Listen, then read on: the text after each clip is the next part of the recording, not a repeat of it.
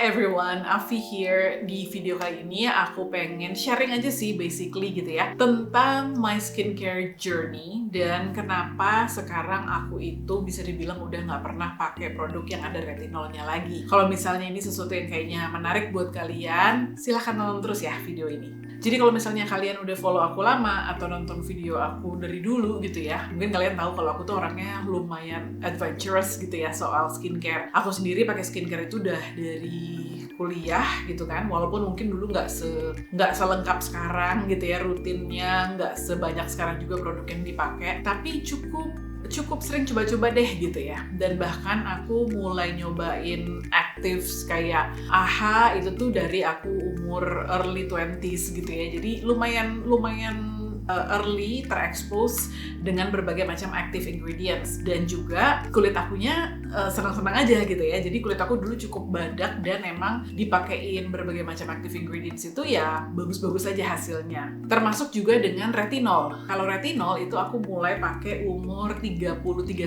gitu deh pokoknya ya, early 30s lah gitu. Dan aku ingat banget dulu produk dengan retinol pertama yang aku coba itu Pond's Age Miracle, dan karena aku belum pernah pakai retinol sama sekali, hasilnya tuh kayak wow banget gitu. Jadi aku bener-bener sejak itu aku pakai satu rangkaian gitu ya, dan lumayan rutin, jadi aku habisin semua produk-produknya. Dan menurut aku waktu itu tuh kayak hasilnya sangat signifikan, and I became a convert. Jadi kayak langsung jadi believer of retinol. Nah, sejak itu petualangan aku dengan menggunakan retinol itu dimulai. Jadi aku mulai coba-coba produk lain yang mengandung retinol. Dan jujur, dulu tuh susah banget ya. Maksudnya, kalaupun ada brand-brand yang menggunakan retinol, harganya cukup mahal. Waktu itu nggak affordable buat aku. Dan brand yang affordable kayak drugstore gitu-gitu masih jarang banget gitu. Jadi ya cukup terhambat lah perjalanannya. Terus juga aku sempat waktu itu diresepin juga. Jadi aku ke Maharis Klinik waktu itu udah lama banget, dan aku sempat diresepin juga retinoic acid, and it worked wonders on my skin. Bagus banget hasilnya gitu ya. Aku juga banyak sharing mengenai retinol, do's and don'ts-nya, rekomendasi produk-produknya di video YouTube ya, entah itu di Skincare 101 Female Daily ataupun di channel ini gitu. Tapi seperti kalian tahu, beberapa tahun belakangan ini kulitku makin lama makin sensitif, dan ternyata sekitar setahunan ini gitu ya, aku tahu kalau aku tuh punya kondisi yang namanya rosacea. Nah, dari mulai kulitku makin sensitif sampai di titik sekarang ini, itu tuh banyak banget terjadi perubahan. Jadi waktu awal-awal kulitku makin sensitif, aku masih bisa tuh pakai retinol. Walaupun udah mulai dipilih-pilih ya, ada beberapa retinol yang too strong for my skin sehingga menimbulkan reaksi gitu kan. Tapi ada beberapa yang gentle enough dan aku masih bisa pakai gitu. Kalian pasti sering lah ya aku mention kayak misalnya Skin Miraculous Retinol Series, terus juga punyanya LC Skin kalau aku nggak salah gitu ya. Pokoknya ada deh beberapa serum ataupun produk dengan retinol yang aku masih bisa pakai gitu, dan aku masih suka pakainya karena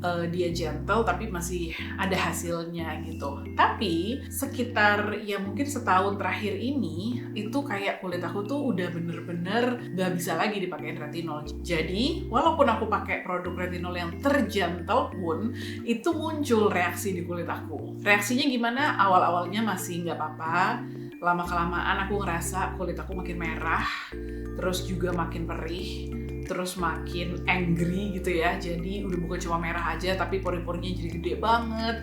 Terus kalau dipegang sedikit aja perih, pakai produk lain perih, dikasih air aja perih gitu. Pokoknya nggak karu-karuan deh gitu. Oh, kadang-kadang muncul brutusan juga gitu kan.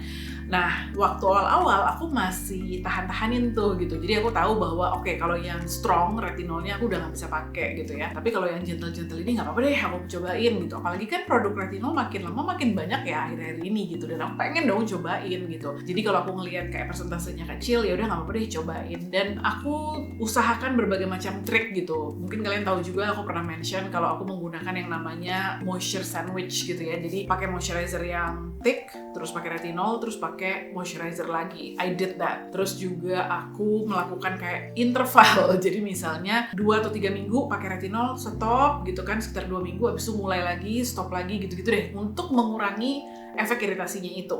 In some ways memang berhasil, maksudnya ya efek iritasinya itu tetap ada, tapi ya mungkin masih bisa terkontrol, masih bisa di-manage lah gitu. Cuma lama-kelamaan aku tuh yang capek gitu, maksudnya capek kayak ini tuh artinya aku harus nge-balance skincare rutin aku gitu kan. Pada saat lagi pakai retinol aku nggak bisa pakai yang ini, pakai yang ini, pakai yang ini, dan kemudian pada saat jeda pakai retinol harus pakai ini untuk memperkuat skin barrier. Dan kulit aku tuh kayak bisa dibilang nggak ada masa yang benar-benar tenang gitu kan, karena mau gimana pun, segentle apapun, akhirnya ya retinol itu tetap ada reaksinya di kulit aku gitu kan. Dan butuh waktu untuk aku akhirnya mengakui kalau kayaknya emang udah nggak bisa sama sekali deh pakai retinol. Karena aku ngerasa kerepotan atau ketidaknyamanan yang aku rasakan nggak sebanding dengan hasilnya. Remember, ini tuh kita ngomongin retinol yang sangat-sangat gentle, yang memberikan hasilnya tuh pelan-pelan banget gitu kan. Jadi udahlah hasilnya nggak terlalu signifikan, tapi akunya masih struggling dengan kulit yang makin sensitif itu gitu. Dan aku ngerasa kayak kalau ditimbang-timbang, ya nggak sesuai aja gitu ya kerepotannya itu dengan hasilnya. Kenapa aku bilang butuh waktu lama untuk mengakuinya? Karena biar gimana pun, aku sempat ngerasain efek wow dari retinol itu gitu ya. Pernah banget ngerasain dimana kulit aku tuh bagus banget pada saat aku lagi rajin pakai produk retinol gitu kan. Terus juga aku kan sekarang makin lama makin bertambah umur, makin muncul tanda-tanda penuaan, dimana justru sekarang ini yang aku butuhnya retinol gitu kan. Justru orang-orang seumuran aku, they usually step up their game when it comes to retinol products gitu. Jadi kayak sedih aja gitu ya. Justru di saat aku sangat butuh retinol, malah kulitku udah menolak, udah nggak bisa lagi. Tapi setelah aku pikir-pikir, yang mana sih yang lebih mengganggu? Punya tanda-tanda penuaan seperti fine lines, wrinkles gitu ya, atau punya kulit yang terus-terusan mengalami iritasi, terus-terusan meradang, merah, perih gitu ya. Ternyata yang kedua gitu loh, yang menurut aku tuh jauh lebih nggak nyaman, jauh lebih mengganggu. I think I can deal with some fine lines, some wrinkles. Buat aku itu kayak ya udahlah ya, wajar banget lah ya. Aku umurnya udah 44 tahun, terus ada garis-garis halus, ada sedikit wrinkles di kulit aku, di mukaku gitu ya. I think that's just part of life dan bukan sesuatu yang kayak menyedihkan, menakutkan banget buat aku gitu. Tapi kalau aku punya kulit yang ya itu tadi angry, yang merah, nggak nyaman, pore-porenya kelihatan gede banget, terus kadang-kadang aku juga mau ngapa-ngapain tuh susah karena cuci muka aja pakai air aja perih, itu tuh jauh-jauh lebih bikin aku stres gitu. Jauh bikin aku pas aku ngaca tuh yang gitu loh. Jadi ya udah, setelah menimbang-nimbang itu, okay, I decided I will give up on retinol. Jadi apa dong yang aku lakukan? Ya sekarang ini aku benar-benar fokus ke produk-produk yang lebih gentle gitu ya. Jadi kalaupun aku pakai beberapa active ingredients itu aku pilih banget yang aku tahu kulitku tuh cocok gitu ya. Jadi kayak misalnya vitamin C pun aku pilih bukan yang L-ascorbic acid tapi yang turunan-turunannya yang lebih gentle, yang lebih less irritating. Terus kalau misalnya untuk efek anti-agingnya, ya aku cari ingredients yang minim iritasi lah gitu ya. Misalnya peptide, bakuchiol, apalagi ya, pokoknya ingredients yang memang dia punya promise anti-aging atau punya claim anti-aging tapi tidak se-irritating retinol. Apakah hasilnya sama? To be honest, no, karena memang retinol itu kan udah banyak sekali penelitiannya ya, makanya retinoid itu tuh, atau retinoic acid gitu ya, itu dianggap sebagai the gold star of anti-aging karena memang udah terbukti bener-bener hasilnya bagus banget. Dan retinol walaupun dia itu bukan pure retinoic acid gitu ya, jadi dia harus convert dulu untuk jadi retinoic acid, tetap aja hasilnya itu kalau bisa kamu ketemu produk yang tepat akan bagus banget gitu. Dan aku belum menemukan ya produk yang hasilnya tuh sesignifikan itu when it comes to anti-aging gitu. Tapi nggak apa-apa juga sih kalau menurut aku, karena ada beberapa produk yang aku suka, bikin nyaman pakainya karena nggak stres, nggak iritasi gitu kan. I enjoy using it, I like how my skin looks after using the products, dan mungkin fokusnya tuh lebih ke melembabkan, bikin kalem, bikin tenang. Itu menurut aku juga udah cukup gitu.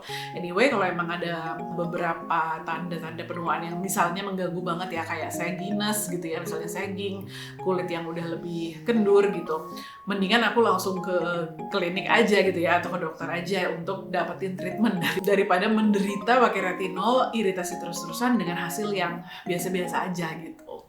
Gitu guys, jadi emang cuma sharing dan update aja sih. Mungkin kedepannya di channel ini kalian nggak akan terlalu banyak ngeliat aku nge-review produk-produk yang ada retinolnya, because I'm not using it anymore. Kecuali mungkin produk untuk eye ya, karena somehow eye cream yang ada retinol itu masih nggak apa-apa, karena area mata aku tuh nggak sensitif. Jadi asal aku hati-hati, makanya bener-bener di area mata aja gitu ya, itu masih nggak apa-apa. Jadi mungkin aku akan masih review produk retinol untuk eye gitu ya, eye area, or maybe badan gitu kan. Tapi kalau untuk serum misalnya, moisturizer dan lain-lain kayaknya enggak dulu. Aku mungkin akan tetap ngomongin retinol lebih ke tips-tipsnya, because I have used retinol before gitu kan. Tapi kalau untuk review produk sayangnya enggak gitu. Tapi please jangan menjadikan ini alasan untuk kalian takut ya nyobain retinol, karena yang punya masalah kulit kayak aku gini kan nggak sebanyak itu, atau nggak semua orang gitu kan. Jadi kalau kalian emang selama itu penasaran kayak sebagus apa sih gitu ya pakai retinol, please feel free to try, coba aja dulu. Kalau misalnya kalian pengen tahu gimana caranya pakai retinol untuk pemula, aku udah pernah bikin videonya, silahkan ditonton. Nanti aku taruh linknya di sini. Terus kalau yang sama kayak aku mungkin ya kulitnya sensitif dan udah nggak bisa lagi pakai strong actives kayak retinol, saran aku sih it's okay. Maksudnya kayaknya tuh kita yang namanya skincare itu it's a journey gitu ya, dan wajar banget kalau misalnya kita melakukan adjustment sesuai dengan kondisi kulit, karena kondisi kulit kita tuh akan berubah terus seiring dengan bertambahnya usia kita. Aku yang dulu kulitnya berminyak, kulitnya badak banget, sekarang jadi kering banget, jadi sensitif banget, macem-macem lah gitu ya. Jadi yang dulu produk yang bagus untuk aku yang sekarang udah nggak bagus lagi, nggak apa-apa gitu. Kita nggak perlu stuck di rutin yang dulu. We can move on and just do or use products that work for us. Dan yang paling penting sebenarnya adalah rasa nyamannya itu sih gitu ya. Jadi kayak kalau sekarang nih gitu ya, aku sebagai content creator atau sebagai orang yang emang rajin nge-review skincare, ngelihat sekarang tuh sebenarnya retinol itu lagi trending gitu ya. Maksudnya kayak semua orang ngeluarin produk retinol dan sebenarnya banyak banget yang bisa aku review. Terus udah gitu juga interestnya juga jadi tinggi ya. Biasanya kalau misalnya nge-review produk retinol tuh orang banyak yang baca, banyak yang share, atau banyak yang komen. Itu ada sih pasti rasa FOMO-nya dikit gitu ya. Tapi setelah aku pikir-pikir lagi, ya udahlah ya gitu ya. Kita hidup cuma sekali, kulit aku juga cuma satu. Paling penting sebenarnya adalah kenyamanannya. If I'm not comfortable, ngapain juga dipaksain. Kalian juga seperti itu ya. Kalau misalnya pakai retinol membuat kalian nyaman, please do it. Tapi kalau misalnya nggak membuat kalian nyaman, jangan dilakukan. Masih banyak ingredients lain yang cocok sama kulit kamu, yang akan bikin kulit kamu nyaman, dan kamunya juga lebih nyaman pakainya dan lebih happy. So segitu aja sharingnya. I guess that's the end of my retinol journey for now. Karena kita nggak pernah tahu ya, siapa tahu nantinya kulit aku udah oke lagi, baikan lagi sama retinol, atau nanti one day ada produk retinol yang keluar yang bener-bener sangat gentle atau minim iritasi untuk kulit kayak aku. Who knows gitu ya. Tapi at the moment udah deh, aku akan udahan dulu deh gitu ya. Sampai di sini aja ya retinol. Kalau misalnya kamu mau sharing juga atau ada pertanyaan, silahkan tulis di comment box di bawah. Thank you so much for watching everyone. Kalau kalian merasa terbantu dengan YouTube channel ini, subscribe. Kalau misalnya nggak terbantu, nggak usah, nggak apa-apa. Kalau misalnya udah subscribe, jangan lupa nyalain lonceng notifikasinya supaya kalian nggak ketinggalan video-video aku berikutnya. Thank you once again for watching. I'll see you at the next video. Bye!